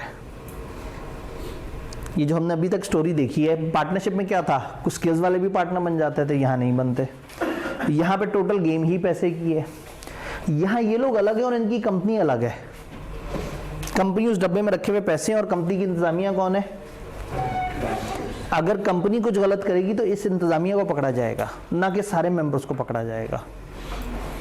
तो ये बेसिकली एक ओवरऑल इंट्रोडक्शन हम लोगों ने आज कंपनीज का करना था। फ्रॉम टुमारो ऑनवर्ड्स हम थोड़ा सा इसको अगले स्टेप में दाखिल करेंगे कि ये जो कंपनी है इसमें और बाकियों में क्या फ़र्क होता है। तो अभी पढ़ने वाली बात को बहुत ज़्यादा नहीं है आपके लिए, और हम लोगों ने अभी बस तारुफ किया है। आज चूँकि हमारी पिछली डिस्कशन में ज़्यादा टाइम लग गया और इससे आगे वाली जो क्लास है वो भी अभी पहला दिन है। हमने उनको पहले वो क्लास 3 बजे शुरू होती थी, तो उधर मैंने फिर टीचर से रिक्वेस्ट किया कि अगर हमें कुछ 2:15 तक टाइम मिल जाए, तो टीचर तो मान गए थे, लेकिन शायद बच्चों को अभी तक उन्होंने ना बताया हो। तो वो बच्चे बाहर बेचारे खड़े जो है ना गमो गुस्से का इजहार कर रहे होंगे, और पहले ही दिन आते साथ ही इतना ज़्यादा पढ़ लेंगे तो आप लोगों की कहीं ख्वाहिश ख़त्म ना हो जाए सी लॉ पढ़ने की। क्या आपको याद आ रहा है कि हमने क्या क्या बातें की आज?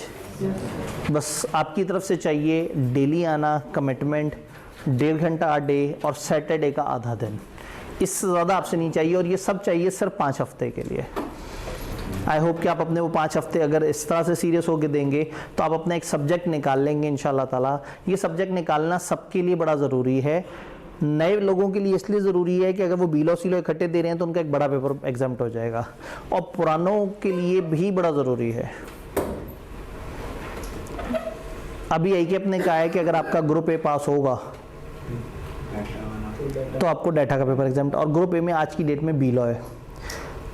If we know ACAP well तो हो सकता है वो कहेंगे जी हमने कहा था कि ग्रुप ए पास होना चाहिए, और ग्रुप ए में तो बीलो और सीलो कंबाइंड है, क्योंकि नया जो ग्रुप ए है। तो कोई पता नहीं, ACAP ना इस तरह की वैरायटियाँ भी कर जाता है। खैर मैं एक बात बताऊँ, सीलो 50 नंबर का पास करना मुश्किल है और 100 नंबर का पास करना आसान है। क्यों? प्रिसाइज पूछ रहा होगा, चॉइस कम हो जाती है। अगर आप 100 नंबर में से फर्स्ट करें आपको 3 सवाल नहीं आते तो ये इतने दुख की बात नहीं है, आपका पेपर फिर भी पास हो जाता है। लेकिन अगर 50 नंबर के पेपर में 3 सवाल नहीं आते तो आप बुरी तरह से फंस जाते हैं। तो कम नंबरों में पास करना, 50 में से 25 लेना ज़्यादा डिफ़िकल्ट होता है बजाय 100 में से। यानी 100 में से 30 नंबर का आपको अच्छा नहीं भी किया ना और 70 का अच्छा कर लिया, बहुत अच्छा कर लिया, पेपर पास हो जाता है। तो आपके पास काफ़ी मार्जिन होता है। लेकिन 50 में से ना आपके पास मार्जिन अगर है ही इतना कि ज़्यादा से ज़्यादा 10-12 नंबर का गंदा कर सकते हैं,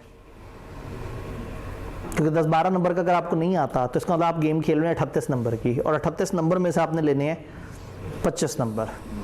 तो 25-50 में से लेना मुश्किल होता है, 100 में से लेना आसान होता है।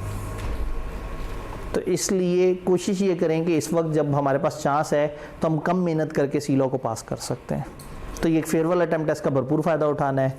ठीक है जी, मज़ीद आपको तंग नहीं करता है। इंशाल्लाह ताला कल से बाकायदा पढ़ाई का आगाज़ करते हैं, और जिनके पास किताब ना हो वो कल, आज तो मैं अभी इनको कम्युनिकेट कर रहा हूँ, कल क्लास में आने से पहले TA डिपार्टमेंट से जाके किताब ले सकते हैं। डन।